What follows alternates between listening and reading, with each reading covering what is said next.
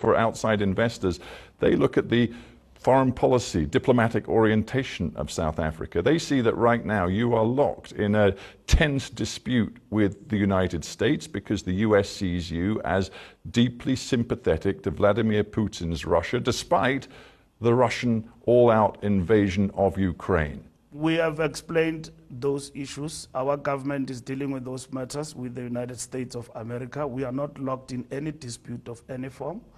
And we are non-aligned when it comes to the conflict in Russia.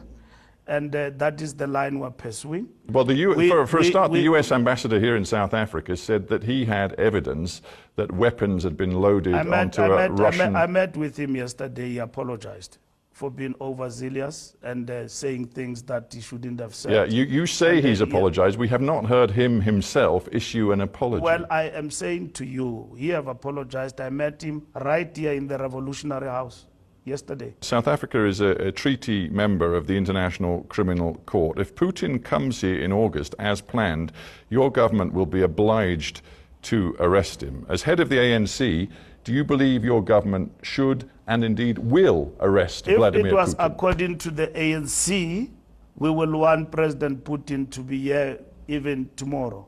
You would? To come to our country.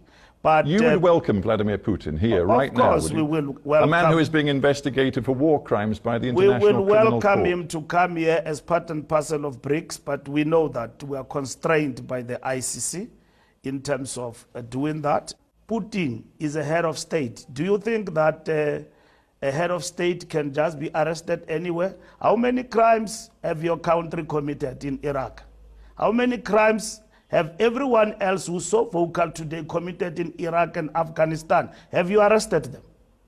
You know the impact that this stand of yours... You're making a lot of noise about Putin instead of working for peace between Ukraine and Russia, and you failed to resolve the war. Where are the weapons of mass destruction?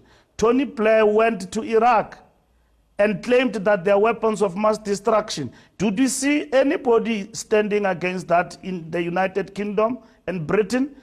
More than millions of people have died in Iraq and Afghanistan, and there are no weapons of mass destruction.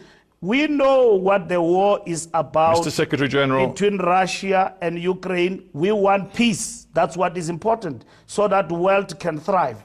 And organs and institutions of the world that institute world peace must not be conspicuous by their silence in deciding decisively. We don't have much time left. I want to bring it back to domestic South African politics before we end.